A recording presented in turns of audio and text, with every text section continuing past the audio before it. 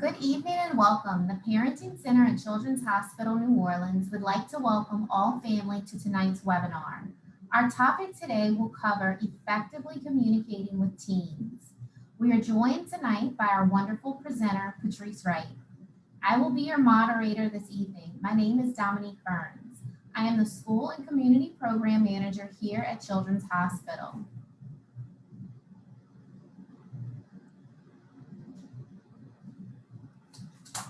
Our presenter this evening, Patrice, is the Administrative Manager at the Parenting Center.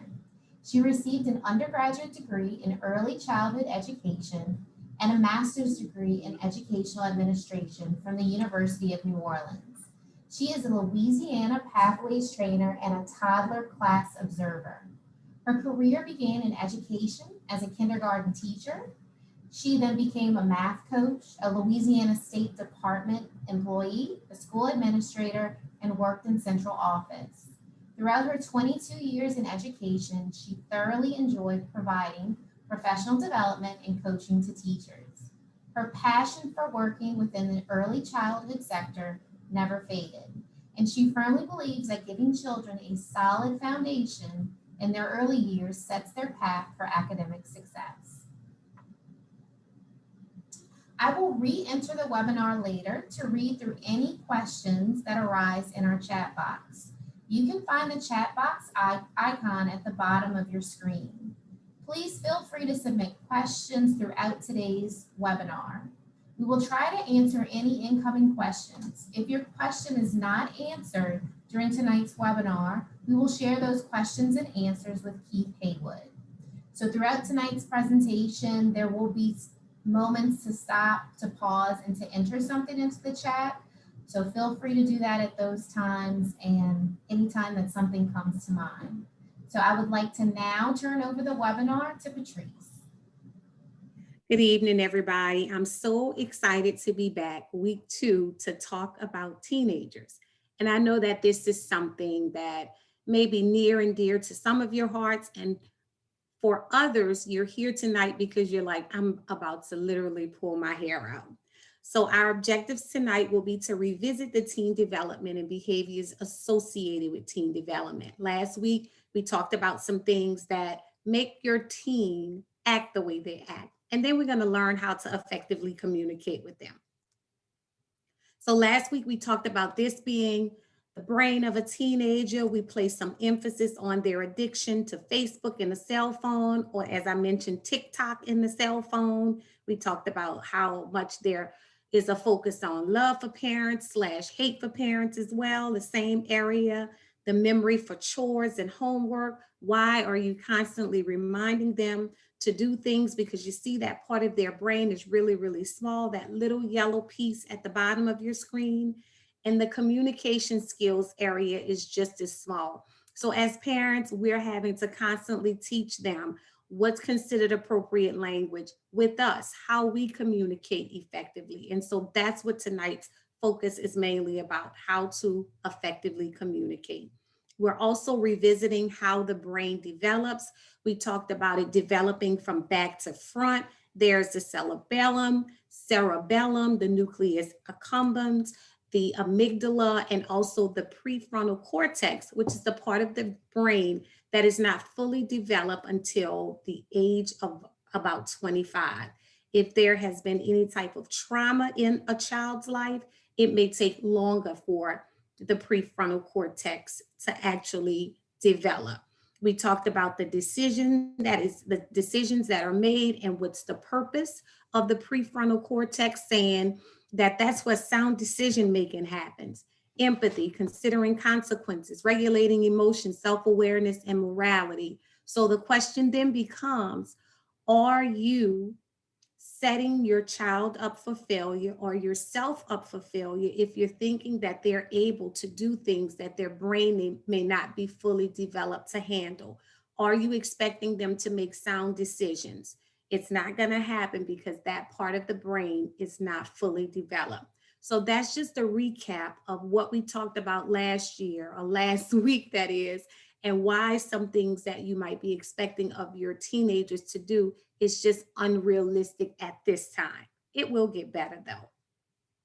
So just Curious, for those of you who may have been with us last week, in the chat box, did you do anything differently as a result of attending last week's class? You found out about brain development.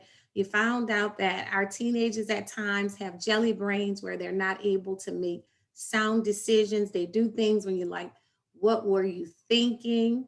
And we talked about them not thinking about those things. So if you did something differently last week or this week as a result of last week's class, what was it? Please feel free to chime in and post that information in the chat box at this time.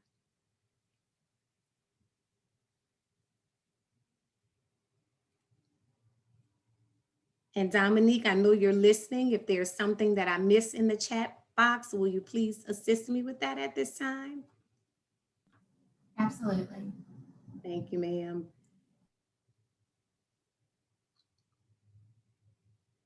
I want to make sure that I respect your time and give you enough time, that is, to respond. Anything differently? We can probably move on. All right, sounds good. So let's talk about the different channels of communication. We have the verbal cues and we have the nonverbal cues, and we'll talk about that a little bit more. Then we have effective communication. When you are dealing with your teenagers, the importance of active listening, identifying and responding feelings, alternatives, and evaluate the consequences, to offer encouragement, follow up, and redirection. And we'll talk a little bit more about each of those in detail. But we like to say the road to cooperation is paved with good communication. So if you want your child or your teenager, your tween or teen, to be able to cooperate with what you're asking and the things that you need them to do, it has to lead with good communication. And things like actively listening and redirecting, we consider are parts of good communication. So here we're talking about channels of communication. Again, and these are verbal cues, the words, what's coming out of your mouth? What are you actually saying? Ask yourself, when you're talking to your tween or teen, are you saying things that you yourself would want to hear, or are you saying things that can be damaging, right? So what are you actually saying? And you can stop and think about that, because in moments of frustration as parents, we often say things that we don't mean. And it's not that you won't say things that you don't mean, it's how do you recover from that? As parents, it's completely okay to be able to go back and say, you know what? I didn't handle that properly. The words that came out of my mouth were inappropriate. So I've come back to say, I apologize for what I said, and I should have thought twice about my words. Then we talk about the tone of voice, or your vocal part of speech. When you're talking to your child, if you're the most frustrated at that point, are you being sarcastic? Are you being combative? Are you being aggressive? Are you being accusatory? So what's your tone? When you are an effective communicator, if you are mindful of being upset, you may not want to say anything in that moment. You might just need a few minutes to calm down so that your tone of voice isn't accusatory or sarcastic. The volume as well. Are you speaking monotone or are you loud? Because what happens with teenagers, tweens and teens, once you get loud, they check out. Some of us as adults act the very same way. Once you start yelling at me, I can't fully understand what you're saying. And the volume not only applies to how you, the parent, speaks to your child, but also how they speak back to you. And so, in the instance of being an effective communicator, instead of getting loud or giving a whole sermon on how loud they are, you can simply redirect them by saying volume. That lets them know that they're too loud and that they need to calm down or speak softly. Simply volume. And then your cadence. How fast or slow are you speaking? If you're extremely upset, are you yelling and speaking very quickly at the same time? Are you over talking your teen, or are you giving them an opportunity to say what it is that they need to say to help you understand their point of view? Because after all, they do have a point of view. Then your nonverbal cues. When you are listening, your tone is good, your volume is soft, you're speaking slowly to help your child understand what it is you need him or her to do. What is your body language like? In this picture, is it warm and loving, such as this mom with her daughter? Or do you have arms folded and eyes turned in a different direction, or your face is showing things that let you know or let your teenager know, I'm just waiting for this to be over. I so wish you stopped talking to me at this time. So when we're talking about effective communication, all of these things matter, verbal cues as well as nonverbal cues. And at any time, feel free to put anything in the chat box that you feel resonates, or if there is something that you want to just talk a little bit more about. When we are effective communicators as parents, we also have to actively listen, identify and respond feelings, look for alternatives, offer encourage and follow up later. So when your child is talking, are you actively listening? Meaning you are focused on what they're saying and you're not talking over them. So at some point during active listening with your child, once they get to a pausing point, you can simply say, so what I hear you saying is, and you summarize what it was that they said so that they start to feel like, you know what, my voice does matter. And my mom or my dad does listen to what I'm saying. So don't just listen and then respond. Stop for a moment and ask them, did I hear you say, right? So that shows that you're actively listening. Identify and respond to feelings. If it's a moment of frustration and they're talking about it, yet they're not being in any way disrespectful by yelling at you, screaming, or what have you, you can stop when they get to a stopping point and say, you know what? I'm sure what you're experiencing has to be very frustrating right now. And I simply understand why you feel the way you do. I would be just as frustrated if A or B happened. So you want to identify and respond to their feelings. Sometimes that works immediately because they're looking for someone to talk to and they're hoping that someone can just hear them out. So stopping and responding to those feelings can be extremely helpful when it comes to effectively communicating with your tween or teen. Looking for alternatives and evaluating consequences. Be mindful of a consequence that you impose for certain misbehaviors. For example, if your child hangs out in the living room, but there are always things that he or she leaves in the living room, a an appropriate consequence would be, you know what, when you're in the living room, you're extremely messy. So for the next 2 days, you cannot sit in my living room because I need you to be respectful of it, right? But if you are given a consequence like, you know what, you can't ever go in my living room again because you're extremely messy, it's not appropriate for the actual behavior or misbehavior, because what you're hoping to do is teach a lesson. And if they really enjoy being in the living room, a couple of days out of the living room may be the turning point that allows them then to be a little bit more respectful and to take care of the living room better. But if you tell them they can't go in the living room ever again, it doesn't allow them the opportunity to hit the redo or the reset button. And so behaviors for us as parents that our kids are exhibiting, it's our responsibility to help make those teachable moments and to change the behaviors, but in a respectful way, right? So offer encouragement. You know what? You're not going to be in the living room a couple of days, but I know by the time you get back to the living room, it's going to be awesome. You're going to take care of it better. Another example could be a child received a bad grade in school.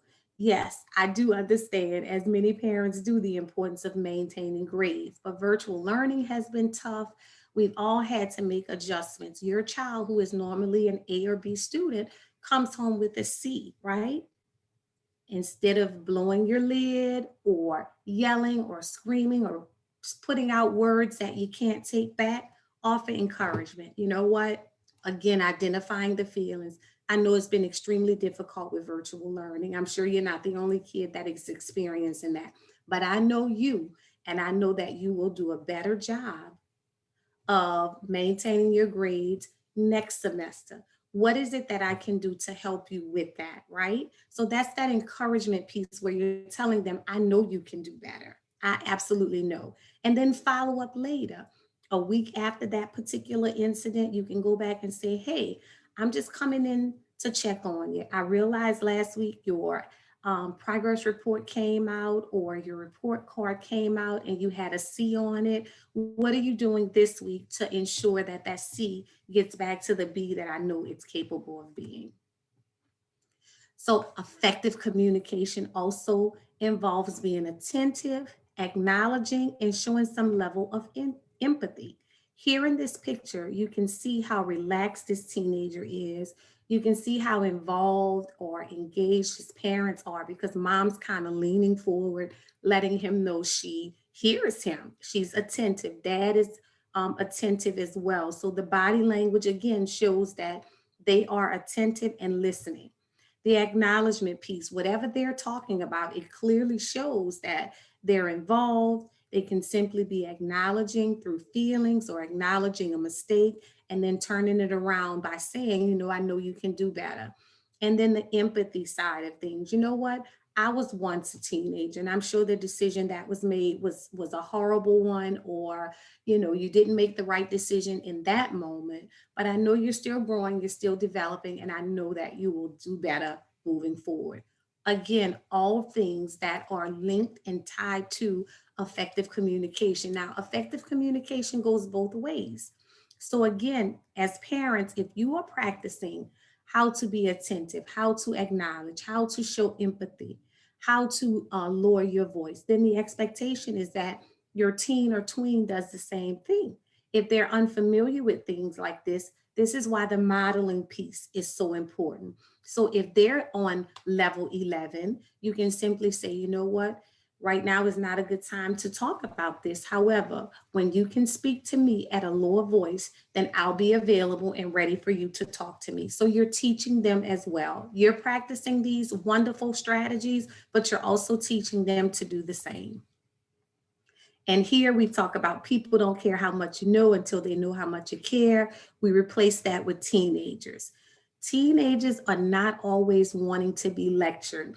Sometimes they simply want their mom or dad to hear their feelings, to acknowledge their feelings, and to just let them know that you, the parent, cares about whatever that situation is at that moment. So, what is your communication like with your tween or teen? Is it warming, loving, like the picture to the left, where mom kind of has her hand on her son, kind of saying, you know what? Whatever they're talking about, it looks like it's a pretty good conversation that's happening at that time. Or is your communication like the middle picture or picture B, where you're constantly doing the talking? Remember, I mentioned you start yelling, you just going on and on. This child is like, oh my God, I'm sure this is going to end at some point. My cell phone is so much more important than this lady making noise in my ear right now. Or is your communication with your tween or teen like the picture to the far right, where you have mom saying, can you believe what she's doing? And she's like, I don't even have time for this lady. I'm not going to acknowledge her in any shape, form, or fashion. And it seems to be that the moms in both pictures, B and C, are more frustrated than the kids are. Picture C, that young lady kind of has a smile on her face. And then the young lady in the middle is just like, I'm hopeful this is going to end soon. So use the chat box for me. What is your communication like with your team? Is it A, like the far left picture?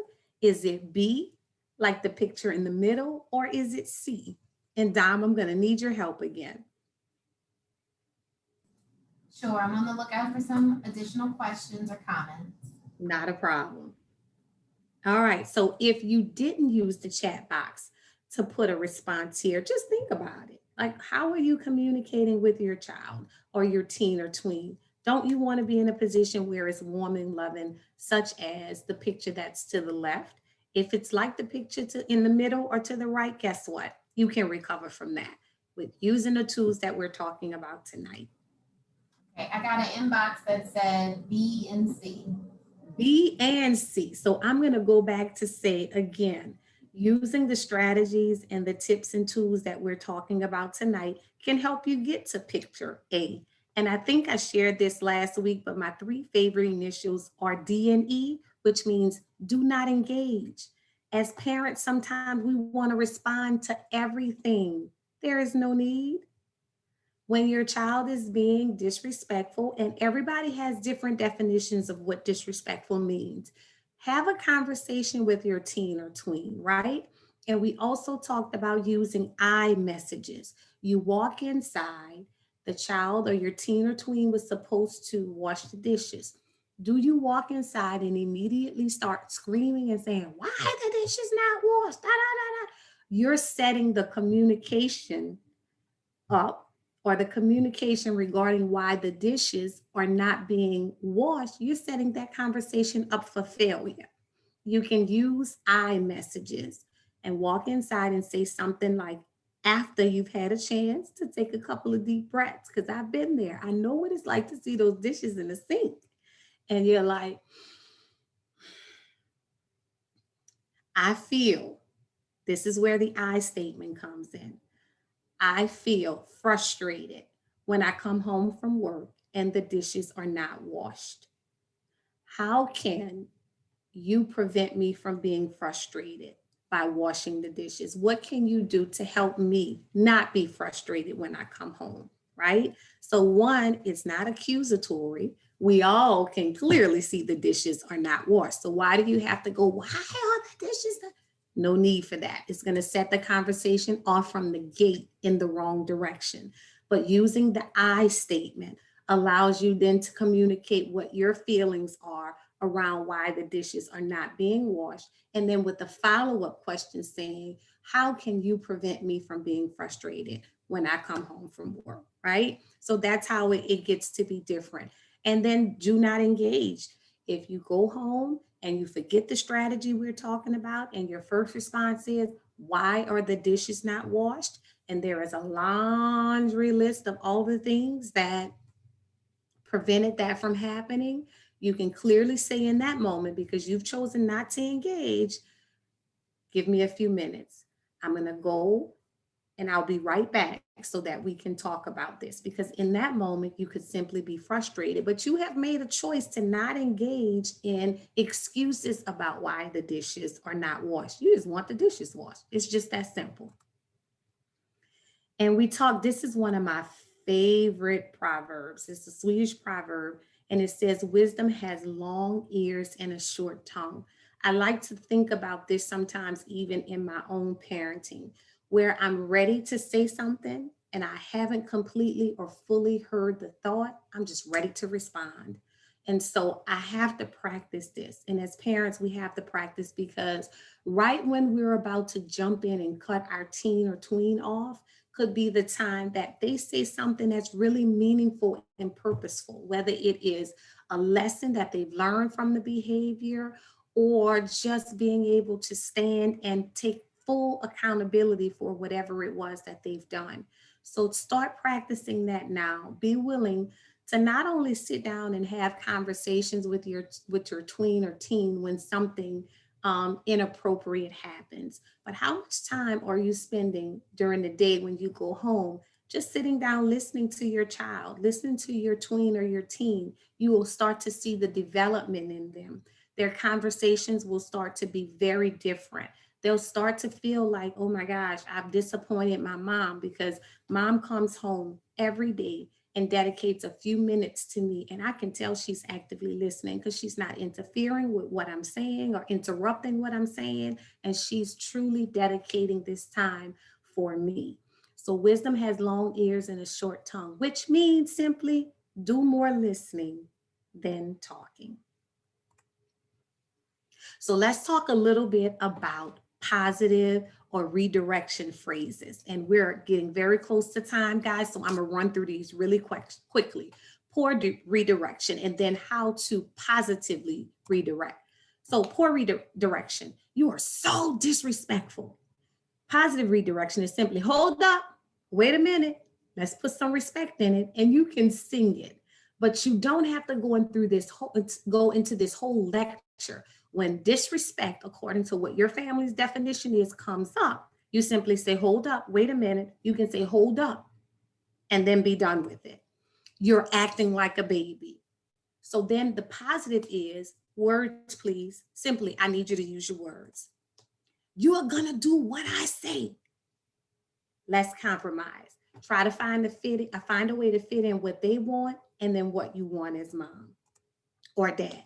Go apologize. When someone has been offended, you tell them immediately, go apologize. But if you simply say fix it, that means however they choose to fix it is their way. It could be something that happened with a sibling. And instead of saying, I'm really sorry about that, forcing an apology, they can go in and sit down or go into their sibling's room and start helping them do something like pick up their clothes or get their room together. You as a family can talk about ways in which a fix it takes the place of an apology, right? What does fix it look like in your family?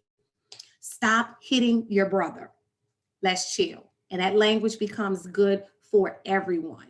And what's happening is on the left-hand side, you're giving a whole bunch of words. And on the right-hand side, you're giving only a few words. You never listen to what I tell you. You can simply say to them, we're here, right? So you're trying to get their attention so that you know that they are in tune with what you're saying and they're listening to you at that moment. You're going to do as I say. Instead of saying that, you say for safety reasons at all times. I just need you to check in with me. Can you check with me before you do A, B, C, or D? So this allows there to be less words, but that it's powerful because they're not derogatory or in any shape, form, or fashion. So just a quick question. What do you now know that you didn't know 30 minutes ago? And then I'm going to turn it over to Don. Actually, I need to revisit my objectives really quickly. Tonight, I said that we were going to revisit team development and behaviors associated with it, and that you were going to learn about effective communication. If you can, just in the chat box, let us know if these objectives were met. I will then turn it over to Dominique. Well, I'm not turning it over to, again, Dom. I have more slides than I actually thought. This is a slide about our upcoming events. I mentioned this last week, but again this week, just want to share with you guys that we have classes at the Parenting Center for girls and boys on growing up. And this is an extremely helpful class for young ladies and young men to understand the teen development, what happens with their body, puberty, so forth and so on. So if you're interested, you can simply take a screenshot of that, or we can make sure Mr. Haywood gets it so that you can reach out to us. If you have any additional questions, you can definitely feel free to reach out to me at the Parenting Center.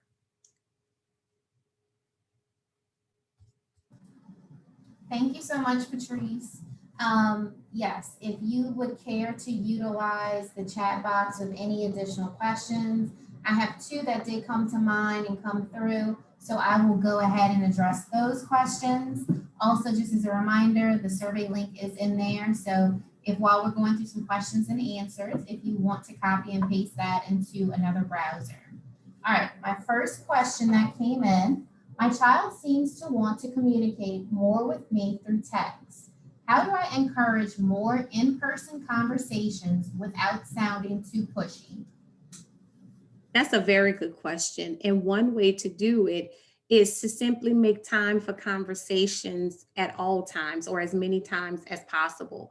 If it's during the dinner table, when you're eating dinner, if you are transitioning from one place to another, just start to talk about possibly your day or things that's happening with you. And you can simply turn and say, hey, well, what happened with you today? Tell me something interesting that happened during your day.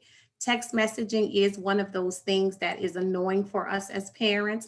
I personally take my daughter's phone at a certain time of night so that, we can have that time. But I would say build that time in, whether it's when you first go home in the afternoon or right before bed, if you go into the child's or the teen's room, to just be able to say, hey, I just wanted to come in and check in with you. I actually enjoy having conversations with you. So I just wanted to see how your day was. So once you start it and not make it where it is something that has to happen through text, if you start to incorporate it in your day, I think you'll see that it'll start to happen more and more.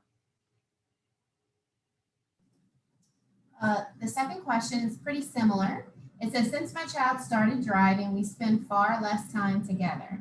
How do I find ways to plan for us to create more time to talk and be interested in spending time with one another? You know, as parents, sometimes we just don't take accountability for our feelings. You know, let him know that it hurts you at this point that you're not spending time together. And the same is true for the previous question about the text messages. Be willing to be vulnerable and say, you know, when we're communicating via text, it makes me feel A, B, or C. You know what? When you're gone all the time and we don't have that time the way we used to, it makes me feel A, B, C, or D. And now that they hear that, what you can simply do is put the ball in their court and say, how can you start to spend a little bit more time with you? Where in your busy day can you fit me in so that I don't feel so lonely, for lack of a better word, or feel so pushed off? So, one, acknowledge the feeling, be willing to be vulnerable with your tween or teenager, and then ask them, how can you fit me in? What are some things that you think we can do together so that we can continue our closeness? Well stated. Thank you so much. Thank you for everyone who did drop into our chat box. You know, it always keeps the conversation, you know, really engaged when we get some of those questions. And just sending another reminder, this is round 2 of the One App process that will open soon. And just a little brief overview. Inspire NOLA, as you guys know, is one of the highest performing open admission charter organizations in our city. So we are looking forward to continued partnership with Inspire NOLA. And let's go to that next slide.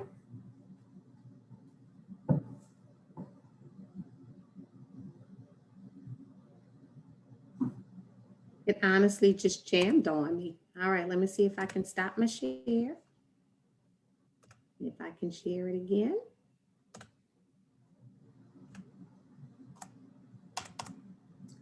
And it's not cooperating.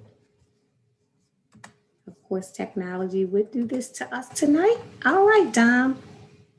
And this was really just our last slide, just to kind of reiterate to you guys, we have this survey. It helps us to know, you know, how we did this evening, and then also gives us an idea about some workshop topics that would be really helpful for you all.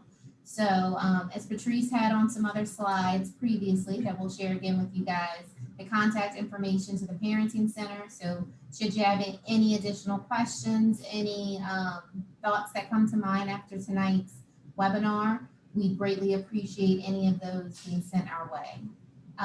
So we just want to thank you guys for joining us this evening. Patrice, did you want to offer any final comments? I just want to say I appreciate your time. I realize that you guys might be experiencing some challenging times, but just taking into consideration the things that we talked about tonight, things will get better. I'm always available to assist. If you need a personal conversation, I'm there as well. Thank you all and have a great night. Enjoy your evening.